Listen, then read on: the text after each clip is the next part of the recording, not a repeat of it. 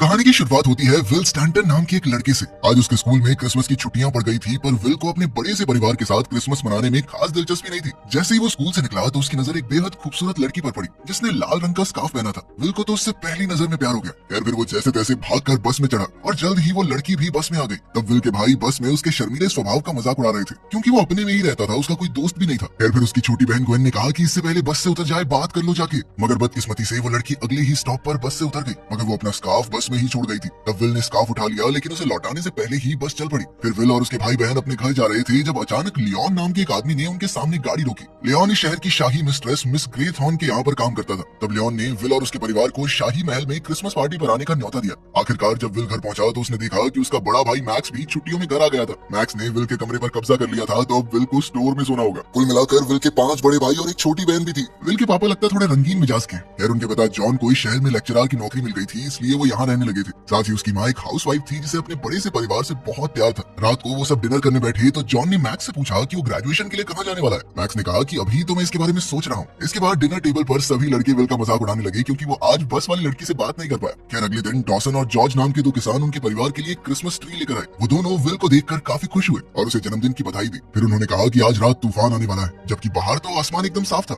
बाद में विल के परिवार ने उसे ढेर सारे तोहफे दिए। बाकी सबके गिफ्ट यूं ही बेकार से थे, मगर विल ग्वेन के तोहफे को लेकर काफी उत्सुक था क्योंकि सिर्फ वही विल के लिए सोच समझकर कुछ तोहफा लाई थी। विल ने डिब्बा खोला तो उसमें एक सुंदर सी घड़ी थी। ग्वेन ने खुद उसकी कलाई पर घड़ी बांधी और उसे कोई इच्छा मांगने को कहा। तब विल ने इच्छा मांगी कि वो चाहता है कि यहाँ भी बर्फ पड़ जाए। फिर रात को जब विल की आंख खुली तो उसने देखा कि वहाँ पर बर्फ पड़ रही थी, जिससे वो बेहद खुश हो गया। मगर ठंड ज्यादा होने की वजह से उसे खिड़कियां बंद करनी पड़ी। लेकिन अचानक उसके हाथों में इतनी ताकत आ गई कि उसके आराम से हाथ लगाने के बावजूद भी खिड़कियां टूटने वाली थी। फिर अगले दिन विल एक बस स्टॉप पर था तो उसने देखा कि पास के एक पेड़ पर बहुत सारे कौवे आकर बैठ गए थे। जल्द ही बस आ गई तो विल उसमें चढ़कर मॉल में पहुंच गया। असल में वो ग्वेन के लिए क्रिसमस का तोहफा खरीदने आया था। जल्द ही उसे एक खूबसूरत पेंडेंट मिला जो उसने ग्वेन के लिए खरीद लिया। इसके बाद विल जैसे ही मॉल से निकलने वाला था तो अचानक 2 पुलिस वालों ने उसे पकड़ लिया। उन्होंने उस पर पेंडेंट चुराने का इल्जाम लगाया और उसे पूछताछ के लिए अपने साथ ले गए। जब वो एक कमरे में पहुंचे तो विल को एहसास हुआ कि कुछ तो गड़बड़ जरूर है। वहाँ की लाइट्स बार बार बंद हो रही थी और पुलिस वालों का रूप भी बार बार बदल रहा था। तब ऑफिसर्स ने उसे साइन के बारे में जानकारी देने को कहा, मगर विल नहीं जानता था कि ये साइन क्या है। अचानक ही पुलिस ऑफिसर्स का असली रूप सामने आ गया और उन्होंने विल पर हमला करने की कोशिश की,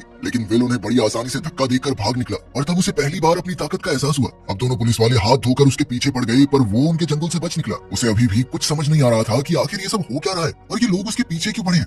विल ने अपने पिता को बताने की कोशिश की कि उसके साथ कुछ अजीबोगरीब चीजें हो रही है, मगर उसके पिता और बाकी परिवार ने भी उस पर ध्यान नहीं दिया। फिर शाम को विल और उसका परिवार शाही महल में क्रिसमस पार्टी के लिए पहुंचे। तब वही 2 किसान विल के सामने आए और उससे पूछा कि उसे मजा आ रहा है या नहीं। तब विल की नजर अचानक से उसी बस वाली लड़की पर पड़ी और तभी जेम्स बीच में आकर उससे बात करने लग गया। ये देखकर विल को बहुत गुस्सा आया और वो अपना कोट लेकर वहाँ से जाने लगा। वहीं दूसरी ओर हम देखते हैं कि लियोन और मिस ग्रेथॉर्न ये सोच रहे थे कि क्या उन्हें विल को उसकी तकदीर के बारे में बता देना चाहिए। इधर विल अकेला जंगल में चल रहा था कि अचानक घोड़े पर बैठा एक आदमी और उसके कुत्ते विल का पीछा करने लगे। विल उसी समय अपनी जान बचाकर भागा, पर उस आदमी का घोड़ा तेज था और उसने विल को रोक ही लिया। उस आदमी ने भी विल से साइन के बारे में पूछा, पर विल नहीं जानता था कि वो किस बारे में बात कर रहा है। पर तभी अचानक लियोन और मिस ग्रेथॉर्न वहां आ गए और उन्होंने उस राइडर को विल को अकेला छोड़ देने को कहा। अब राइडर वहां से जाने लगा, लेकिन जाते हुए उसने कहा कि कुछ ही दिनों में उसे अपनी शक्तियां वापस मिल जाएंगी और जब वो वापस लौटेगा तो कोई भी जिंदा नहीं बचेगा। अब लियोन और उसके साथियों ने देखा कि विल हक्का बक्का होकर खड़ा था। तब वो उसे जादू से समय में पीछे एक प्राचीन दुनिया में ले गए। उन्होंने विल को बताया कि वो दुनिया की रोशनी को बचाने वाला प्राचीन योद्धा है। उन्होंने बताया कि सैकड़ों साल पहले ग्रेट हॉल नाम की एक जगह पर रोशनी और अंधकार का एक युद्ध हुआ था जिसमें रोशनी की जीत हुई थी, पर वो अंधेरे को हमेशा के लिए खत्म नहीं कर पाई। अब अंधेरे को खत्म करने के लिए विल को 6 जादुई साइन हासिल करने होंगे ताकि वो बुरी शक्तियों को हमेशा के लिए हरा सके। उन्होंने बताया कि तुम्हारे जन्मदिन पर तुम्हारी पूरी शक्तियां जाग उठी हैं और तब से ही उसे साइन दिखने भी शुरू हो गए होंगे। पर जल्द ही उस राइडर को भी अपनी शक्तियां महसूस होने लगी, लेकिन उसकी बढ़ती हुई शक्तियों को और लोग भी महसूस कर सकते हैं, जैसे कि वो राइडर जो उसे मारने आया था। विल अब भी समझ नहीं पा रहा था कि उसे ये शक्तियां क्यों मिली। तो लियोन ने बताया कि पुरानी कहानियों के मुताबिक वो एक सीकर है, यानी कि 7वें बेटे का 7वां बेटा।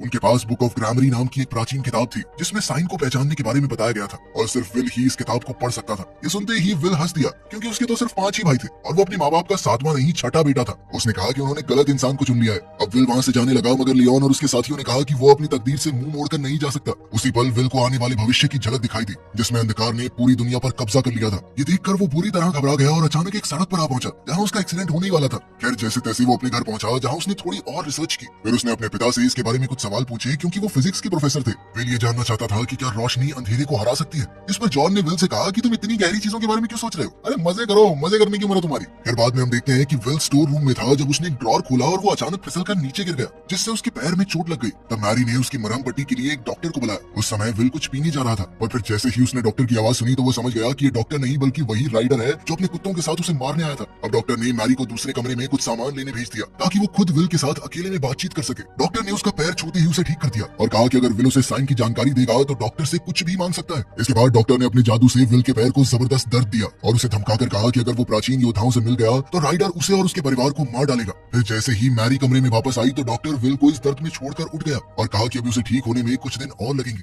इसके बाद विल एक बार फिर से स्टोर में पहुंचा जहां उसे दो जुड़वा बच्चों की तस्वीर मिली। वो इस तस्वीर को लेकर अपनी मां मैरी के पास पहुंचा तो मैरी ने बताया कि विल का एक जुड़वा भाई भी था जिसका नाम था टॉम। जब विल और उसका भाई महज 2 हफ्तों के थे तो अचानक बाहर जोरदार तूफान आया जिससे दोनों बच्चे रोने लगे। तब मैरी विल को उठाकर नीचे के कमरे में आई और जॉन को टॉम को साथ लेकर आने को कहा। उस वक्त जॉन अपनी थीसिस पर काम कर रहा था तो वो 1 मिनट बाद टॉम के कमरे में गया और बदकिस्मती से टॉम वहाँ था ही नहीं। उन्होंने टॉम को ढूंढने की खूब कोशिश की लेकिन उस दिन के बाद टॉम उन्हें कहीं नहीं मिला। इस हादसे से जॉन को इतना गहरा सदमा लगा कि उसने अपनी थीसिस लिखनी ही बंद कर दी और डिप्रेशन में चला गया। ये सुनकर विल को एहसास हुआ कि दुनिया पर बहुत भारी खतरा मंडरा रहा है, इसलिए उसने प्राचीन योद्धाओं से हाथ मिलाने का फैसला कर लिया। उसने प्राचीन किताब पढ़ी तो उसे एहसास हुआ कि उसके पास कई सारी शक्तियां थी, जैसे वो रोशनी के साइन को पहचान सकता था, किसी भी चीज को अपने दिमाग की शक्ति से हिला सकता था, वो समय में आगे पीछे भी जा सकता था और साथ ही उसके शरीर में जबरदस्त ताकत आ चुकी थी। इसके अलावा वो चाहे तो अपने हाथों से आग बरसा सकता है। मगर विल को सुपरमैन की तरह उड़ना था, मगर उसके पास वो पावर नहीं थी तो वो थोड़ा निराश हो गया। फिर लियोन ने विल को उसकी शक्तियों का इस्तेमाल करना सिखाया। उस समय विल को दिखाई दिया कि पहला साइन उस पेंडेंट में था जो उसने ग्वेन को तोहफे में दिया था। इसके बाद उसे दूसरा साइन भी दिखाई दिया पर उसके लिए उसे बाकी योद्धाओं के साथ समय में पीछे जाना होगा।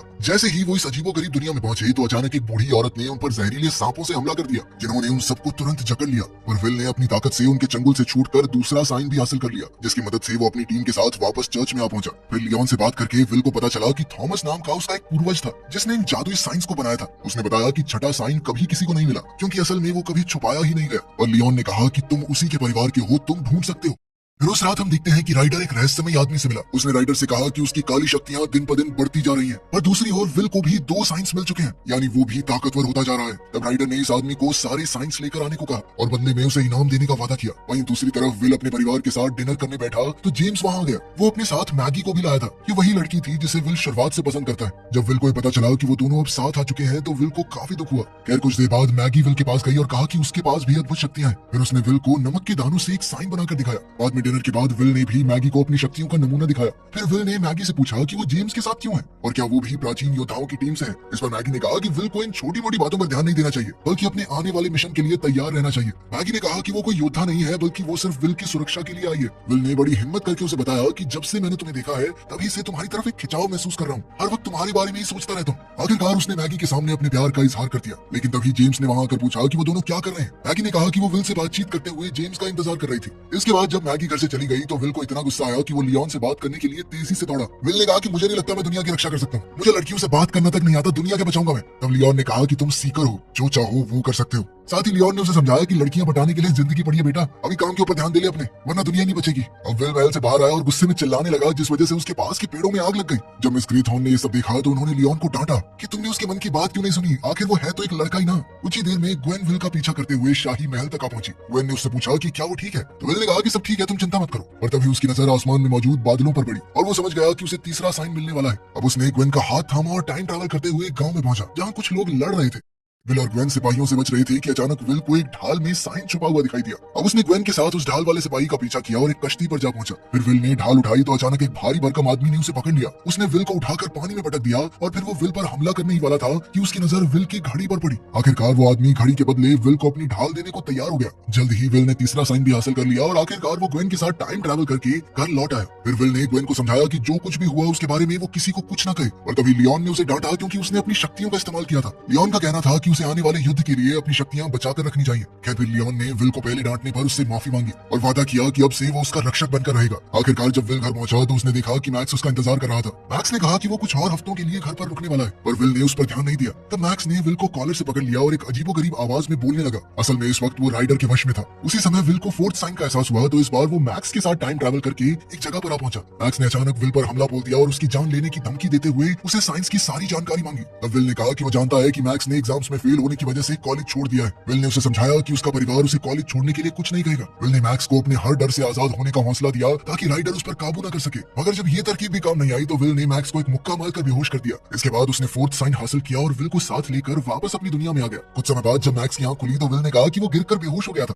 फिर अगली सुबह उन्होंने देखा कि बर्फीले तूफान ने पूरे शहर को ढक दिया था। इस वजह से ट्रैफिक, पानी और बिजली की सुविधाओं पर भी काफी असर पड़ा। फिर मिस ग्रेथॉर्न ने जॉन और उसके पूरे परिवार को बर्फीले तूफान से बचाने के लिए शाही महल में रहने के लिए बुलाया। वहीं दूसरी ओर ये खुलासा होता है कि मैगी राइडर के साथ मिली हुई थी। वो एक चुड़ैल थी जो हमेशा जवान रहने की शक्ति पाने के लिए राइडर की मदद कर रही थी। अब राइडर ने मैगी से कहा कि विल को 4 साइंस मिल चुके हैं और उसे जल्द से जल्द उन्हें विल से चुराना होगा। उधर लियोन ने विल को 5वां साइन हासिल करने के बाद ग्रेट हॉल में मिलने को कहा, मगर विल को अब भी इसमें कोई दिलचस्पी नहीं थी, क्योंकि चाहे उसे 5th साइन मिल भी जाए तब भी वो ये नहीं जानते थे कि छठा साइन कौन सा है। लेकिन लियोन को यकीन था कि विल ही राइडर को हराकर इस दुनिया को अंधकार के राज से बचाएगा। कुछ ही समय में मैगी विल से शाही महल में मिली और उससे साइंस की मांग की। विल उसे साइन देने ही वाला था कि तभी उसकी नजर 5वें साइन पर पड़ गई और उसने अपनी जान पर खेलकर वो 5वां साइन भी हासिल कर लिया। और अब उसने मैगी को कोई भी साइन देने से साफ इनकार कर दिया। अब मैगी साइन हासिल नहीं कर सकी, इसलिए राइडर ने अपना वादा तोड़ दिया, जिससे मैगी अचानक बूढ़ी औरत में बदल गई और नदी में डूबकर मर गई। इधर राइडर की शक्तियां भी काफी बढ़ चुकी थी, इसलिए वो शहर में परेशानियां खड़ी कर रहा था। खैर दूसरी ओर विल बाकी योद्धाओं के साथ ग्रेट हॉल में पहुंचा। वहाँ का कानून था कि राइडर को बिना बुलाए अंदर आने की इजाजत नहीं थी।